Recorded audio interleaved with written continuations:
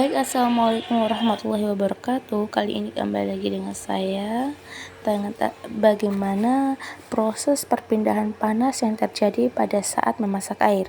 Nah, ketika kita memasak air, terjadi perpindahan panas atau kalor yang berakibat air mendidih atau panasnya merata. Perpindahan panas ini disebut dengan konveksi karena perpindahan melalui benda cair atau terjadi aliran panas karena aliran jet yang menyebabkan air dalam panci mendidih.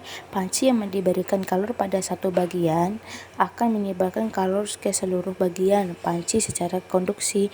Dengan keadaan panci yang panas, maka permukaan dalam panci akan memanaskan air dan akan terjadi proses konveksi pada air.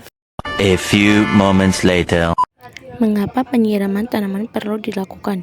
Penyiraman merupakan hal yang perlu diperhatikan oleh petani guna untuk menjaga kesuburan tanah pada tanaman. Selain itu, menyiram tanaman juga dengan kelebihan atau kekurangan air dapat pula mengurangi daya tahan maupun menyebabkan kematian pada tanaman. Pengaruh intensitas penyiraman terhadap pertumbuhan dan perkembangan tanaman. Pada tanaman dengan intensitas penyiraman yang sering dapat terjadi pembusukan akar dalam tanah karena akar menyiram air lebih banyak sehingga menyebabkan tanaman kerdil dan layu. Kali ini kita akan membahas mengenai proses pencernaan makanan dalam tubuh mulai dari awal hingga akhir. Namun sebelum melangkah jauh menuju proses pencernaan, kalian juga perlu mengetahui tentang sistem pencernaan itu sendiri. Sistem pencernaan adalah proses yang dilakukan oleh sistem organ pencernaan untuk mengolah makanan agar dapat diserap nutrisinya dan diubah menjadi energi. Sistem organ pencernaan pun terdiri dari organ-organ yang memiliki peranan masing-masing dalam mengelola makanan. Makanan pertama kali masuk melalui mulut, di dalamnya terjadi proses pencernaan secara mekanik dan kimiawi. Untuk proses pencernaan mekanik dilakukan oleh gigi, sedangkan proses pencernaan kimiawi dibantu oleh beberapa enzim seperti amilase, petinalin, dan juga enzim mantase. Setelah diproses melalui mulut, selanjutnya makanan menuju ke kerongkongan terlebih dahulu sebelum pencapaian lambung. Di kerongkongan terdapat gerakan peristaltik seperti meremas guna mendorong makanan menuju lambung. Selain di mulut, proses pencernaan secara mekanik juga terjadi di dalam lambung ketika makanan dihaluskan oleh gerakan otot-otot lambung.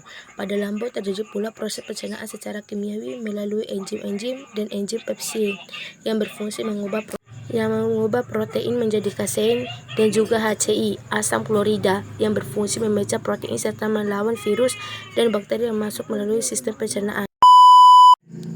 Nah, sekarang adalah perubahan wujud dari benda cair menjadi benda padat, yang artinya adalah membeku. Membeku merupakan proses perubahan wujud benda dari cair ke padat. Peristiwa ini dapat terjadi karena zat atau benda tersebut mengalami penurunan suhu yang sangat dingin. Contohnya, air dapat membeku apabila dimasukkan ke lemari pendingin dan pembentukan salju dari air yang membeku. Biasanya perubahan wujud ini dapat ditemukan pada proses pembuatan es batu. Pada awalnya, es batu merupakan air yang tak lain benda cair. Lalu air tersebut dimasukkan ke dalam freezer dan menjalani proses pembekuan.